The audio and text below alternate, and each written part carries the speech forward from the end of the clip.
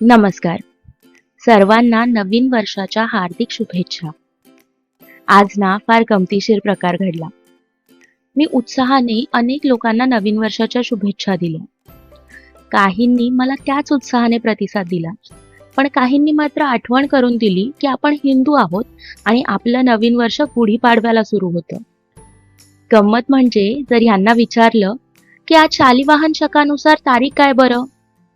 तर ते लगेच संस्कृती बाजूला ठेवतील आणि Google उघडतील. म्हणजे श्रद्धा ऑफलाईन, माहिती ऑनलाईन. आपण जर ठरवलं की फक्त आपलंच पाळायचं तर फार अवघड होईल हो. कारण फटाके बंद, ते आले चीनकडून. केक बंद, कारण युरोपियन. बटाटा बंद, कारण तो परदेशी घुसखोर आहे. चहा सुद्धा बंद, चीनकडून आला तो. कॉफी बंद, आफ्रिकेतून आली. मोबाईल बंद, अमेरिकन प्रॉडक्ट. व्हॉट्सॲप बंद, कारण तोही आपल्या संस्कृतीत नव्हता. पु ल देशपांडे यांच्या पूर्वरंग पुस्तकात एक मजेशीर किस्सा आहे.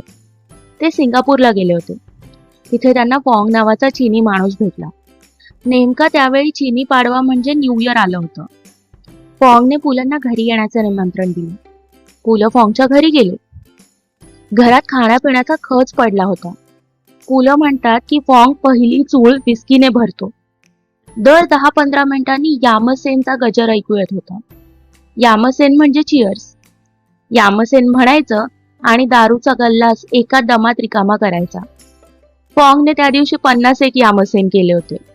पुन्हा या पाडव्याचा धर्माशी काही संबंधच नाही.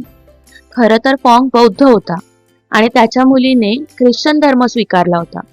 पण फॉंग ख्रिस्ती नवीन वर्ष सुद्धा असंच साजरं करायचा. कुठूनही यामसेनला निमित्त हवं. तुम्ही यामसेन करा असं नाही म्हणत मी, पण सगळ्यांनी मिळून सगळ्यांचे सणवार उत्साहात साजरे करायला काय बरं हरकत आहे? मी ठरवले, गुढीपाडव्याला नवीन वर्ष साजरं करायचंच, पण 1 जानेवारीलाही करायचं. आणि ज्या दिवशी मनाला वाटेल त्या दिवशी आजपासून नव्याने सुरुवात म्हणायचं.